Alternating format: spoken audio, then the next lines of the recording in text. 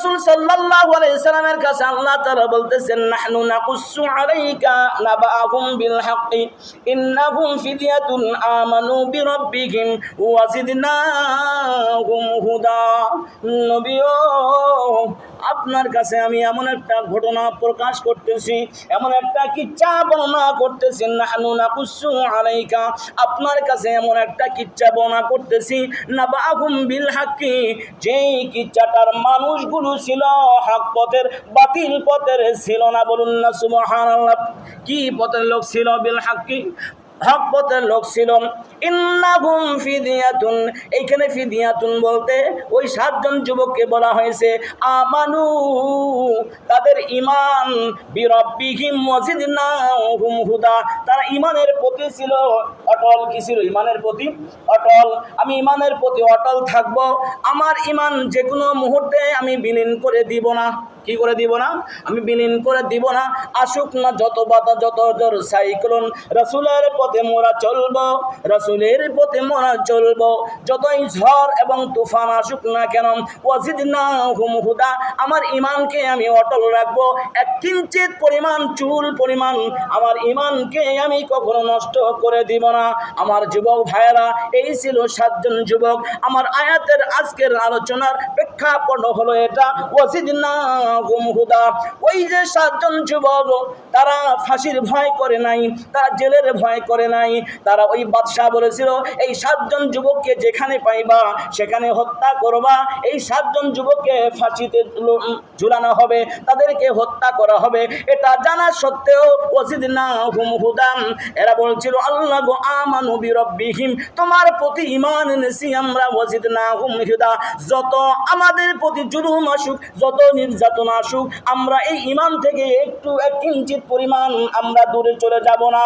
ঈমানের প্রতি আমরা অটল থাকবো। বলুন সুবহানাল্লাহ। আজকের যুবক ভাইরা, আমার বন্ধুরা, আমার যুবক ভাইরা, আজকে দেখেন আমাদের ঈমান কতটুকু। গতকাল রাত 12টার পরে কি হয়ে গেল?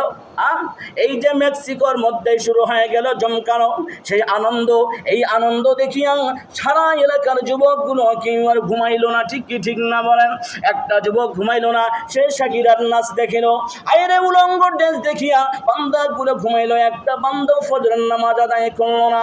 সেই সুখ 8টা থেকে শুরু করিয়া ভোর 4টা পর্যন্ত তারা খেলায় টিভির পর্দায় থাকলো।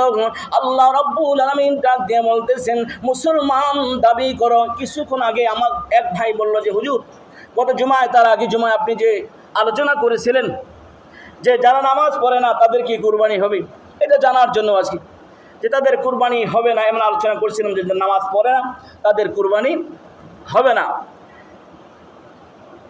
ওই বান্দা কিভাবে বুঝছেন তা আমার জানা নাই, কিন্তু আমরা যেটা কথা বলবো, যেটা আমল করবো কোরআন এবং হাদিস অনুযায়ী, ঠিক কি ঠিক না বলেন? আচ্ছা বলেন তো, যেই বান্দা আজকে ফজরের নামাজ আদায় করেনি, আপনাদের দলিল হিসাবে কি ওই বান্দার ঈমান আছে? আল্লাহ রাসূল সাল্লাল্লাহু আলাইহি সাল্লাম বলেছেন, লা ঈমানা ইল্লা বিসসালাতা, যার নামাজ নাই তার কি নাই? ঈমান। হাদিসটা কি আমার, আমি কি বানাইছি? না আমার বাবার ঘরে, না আমার মার ঘরে, কারো না। আল্লাহ রসুল বলেছেন, রসুল আমানতু বিল্লাহি ওয়া মালাইকাতিহি ওয়া কুতুবিহি ওয়া রুসুলিহি, আমি ঈমান আনিব আল্লাহর প্রতি, তার কিতাবের উপর এবং তার রসুলের উপর। কার উপর? তার রসুলের উপর, ফেরেশতার উপর। রসুলের উপর যদি আমার ঈমান না থাকে, বলেন তো আমি কি মুসলমান দাবি করতে পারি? পারেন দাবি করতে? সেই আল্লাহ রসুল বলেছেন, লা ঈমানা ইল্লা বিসসালাত, যার নামাজ নাই তার ঈমান নাই। আমার কুরবানি হবে কি হবে না, আমাকে আগে জানতে হবে আমার ঈমান আছে কিনা, আমার ঈমান আছে কিনা। এখানে বলা হয়েছে যার ঈমান নাই তার কুরবানি নাই। একজন হিন্দু যদি কুরবানি দেয়, কুরবানি হবে নি? বেঈমান কুরবানি দিলে হবে নি? যদি একজন ধনী কাফের কুরবানি দেয় 14,000, কুরবানি হবে নি? কেন হবে না? তার ঈমান নাই। শর্ত কি বলেন? তার ঈমান নাই। আমাকে আগে দেখতে হবে ভাই আমার ঈমানটা আছে কিনা।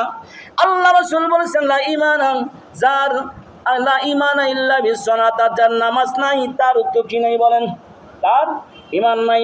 যদি আমার ইমান না থাকে আমার কুরবানি হলো কিভাবে? এই জন্য বলেছিলাম বাজান, কুরবানির শর্ত হলো আগে ইমান আনা, আর ইমানের শর্ত হলো তার নামাজ পড়া। ঠিক কি ঠিক না বলেন? তাহলে ভুলটা কোথায় আমার? এটা গেল 1-2 নম্বর কোরআন থেকে দলিল দেই।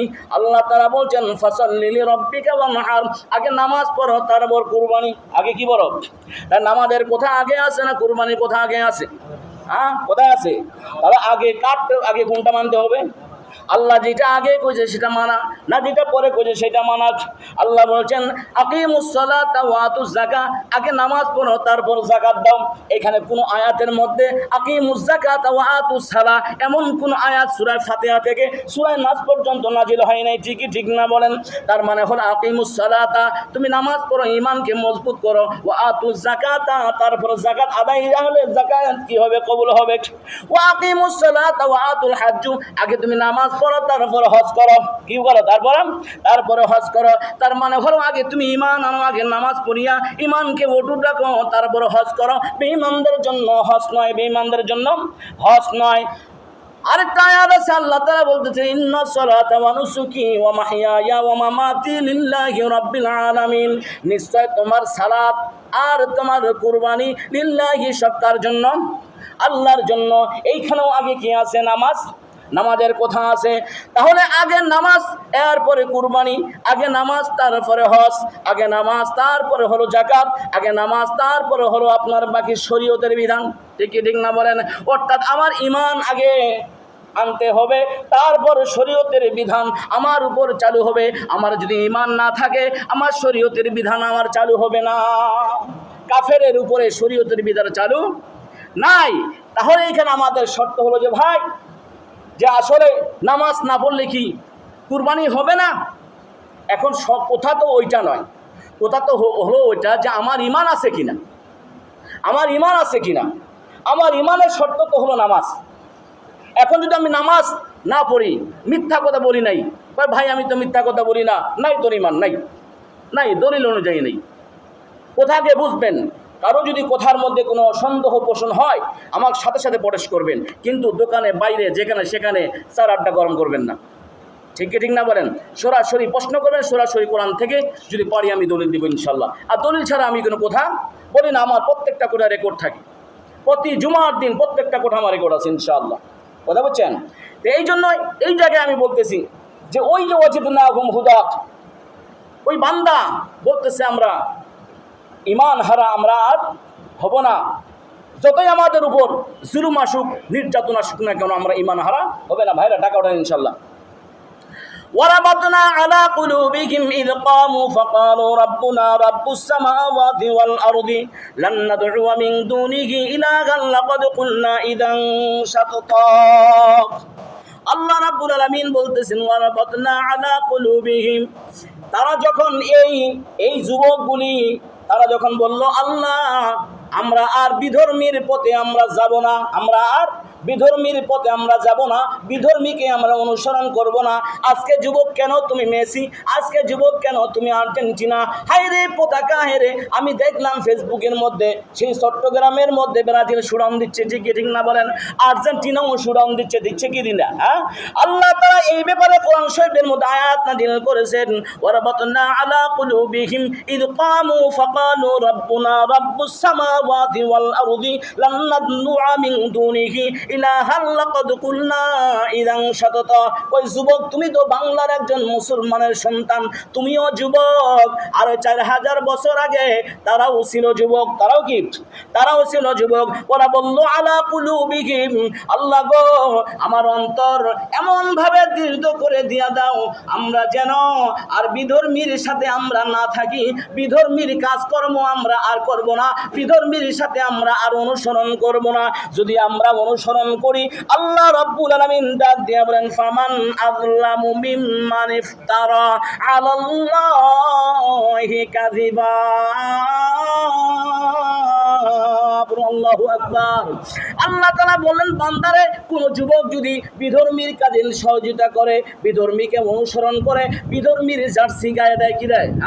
আজকে মেসির জার্সি গায়ে, বান্দা তুমি যদি মেসির জার্সি গায়ে, এই মেসি যদি জাহান্নামী হবে, তুমি জাহান্নামী। আর্জেন্টিনার জার্সি যদি তুমি গায়ে দাও, আর্জেন্টিনা যদি জাহান্নামী। খোদার কসম করে বলতেছি, কোরআনে হাদিসে এমন কোন দলিল নাই যে তুই জান্নাতি, ঠিক না বলেন? আল্লাহ রাসূল বলছেন, মান তাশাব্বাহা বিকাওমিন ফাহুয়া খায়রুম মিনহু। বান্দা তুমি যদি কোনো দলের অনুসরণ করো, তুমি যদি কোনো প্রতীকের অনুসরণ করো, ওই প্রতীক যদি জাহান্নামী হয়, ওই প্রতীক যেখানে যাবে সেখানেও তুমি যাবে, ঠিক না বলেন? আল্লাহ তাআলা বলেন, ফামান আযলামু মিম্মান ইফতারা আলাল্লাহি কাযিবা। বান্দা শোনো, যখন তুমি আল্লাহর বিধান ছাড়া, আল্লাহর কথা ছাড়া, আল্লাহর শরীয়ত ছাড়া যারা ঈমান আনে না, যারা আল্লাহর বিধি আচরণ করে, আজকে দেখেন সেই মেক্সিকোর মধ্যে আমরা কত সুন্দর তার দিকে লক্ষ্য করলাম, অথচ এই ফ্রান্সের জার্সি অনেকে গায়ে দেয়। ফ্রান্সের বাদশাহ মরক্কো কিছুদিন আগে আল্লাহ রাসূল সাল্লাল্লাহু আলাইহি সাল্লামের ব্যঙ্গচিত্র করেছিল, ঠিক না বলেন? আমরা গিয়েছিলাম সেখানে আন্দোলন করার জন্য, তার বিরুদ্ধে করেছিলাম। সেই মেক্সিকোর, সেই ফ্রান্সের যত পণ্য আমরা বাতিল করেছিলাম। আজকে সেই ফ্রান্সের জার্সি আমার মুসলমানের গায়ে আছে না নাই? ও মুসলমান, তাহলে তুমি বলো তো দেখি, যেই দেশের বাদশাহ আল্লাহ রাসূলের বিরুদ্ধে আচরণ করে, তার ব্যঙ্গচিত্র করে, আল্লাহ তাআলার কোরআনকে পায়ের নিচে ফেলায়, আল্লাহ তাআলার কোরআনকে কটূক্ত করে, হাত দিয়া গ্যাস লাইট দিয়া আগুন জ্বালায় দেয়, মুসলমান তুমি যদি তার প্রতীক অনুসরণ করো, ও মুসলমান তুমি বলো তো, তুমি কি মুসলমান আছো না নাই? তুমি যদি মুসলমান না থাকো, ও মুসলমান বলো তো দেখি, তোমার ঈমান কি আসেনি? তোমার ঈমান নাই। আর তোমার যদি ঈমান নাই, কিসের তোমার নামাজ, কিসের তোমার কুরবানি, কিসের তোমার হজ, কিসের তোমার যাকাত? এখন যদি কথাগুলা বলি, হুজুর আপনি তো আমাকে এই কথাটা কেন বলেননি?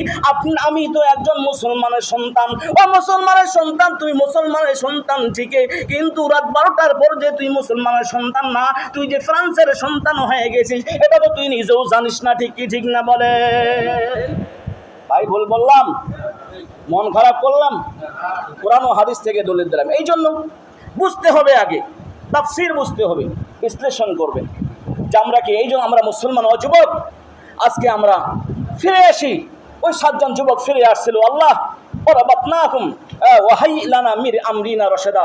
আমরা ফিরে আসলাম, আল্লাহ গো তোমার প্রতি আকুল আবেদন, ওলিয়া মুর্শিদা, একমাত্র তোমার উপর ভরসা করলাম। আল্লাহ তোমার প্রতি থাকবো, তুমি আমাকে যেখানে নিয়ে যাবে আমরা সেখানে নিয়ে যাব। আল্লাহ আমরা গুহার মধ্যে বসলাম, এখানে থাকলাম, ওলিয়া মুর্শিদা, সমস্ত আমাদের ভরসা সব আপনার উপর আমরা ন্যস্ত করে দিলাম। আল্লাহ তুমি ইচ্ছা করলে আমাদেরকে গুহায় রাখতে পারো, ইচ্ছা করলে তাদের হাতে তুলে দিতে পারো, ইচ্ছা করলে আল্লাহ বাঁচাইতে পারো, ইচ্ছা করলে আমাদেরকে মারতে পারো। গুহায় বসে থাকলাম, আল্লাহ তোমার উপর ভরসা, ওয়াজিদনাহুম হুদা। আল্লাহ আমাদের অন্তর তোমার হেদায়েতের জন্য, এক চুল পরিমাণ হেদায়েত থেকে আমরা লড়বো না। আল্লাহ তাআলা ডাক দিয়ে বলে, বান্দারে তুই বসে আছিস, থাক, বিশ্রাম নিয়ে থাক, তো এখানে ঘুমা। বলুন না সুবহানাল্লাহ। বিশ্রাম নিয়ে থাক, বাকি তোর সমস্ত কাজ তুই যে চিন্তা করেছিস একজন ন্যায় বাদশাহ, এই কাজটা আমি করবো, তোকে আর করতে হবে না। আমাকে তোর অন্তরটা ভালো লাগেছে, আমার তোর ইমানটা ভালো লাগেছে বাদশাহ। ওই আমার যুবক বান্দা, তুমি ঘর থেকে বাইর হয়ে গেছো, আমাকে এটাই ভালো লাগেছে, যা তোকে আর কাজ করতে হবে না, গুহার মধ্যে তুই শুয়ে থাক, কায়দ হয়ে শুয়ে থাক, আমি আল্লাহ তোরে ঘুম পাড়াই দিয়ে দিয়ে। বলুন না সুবহানাল্লাহ। তারা যখন শুইল, আল্লাহ তারা জিবরিলকে ডাক দিয়ে বলেন, জিবরিল নেই, ওই বান্দারে ঘুম পাড়াই দিয়া দে। কয় বছর? 900 বছর। বলুন না সুবহানাল্লাহ।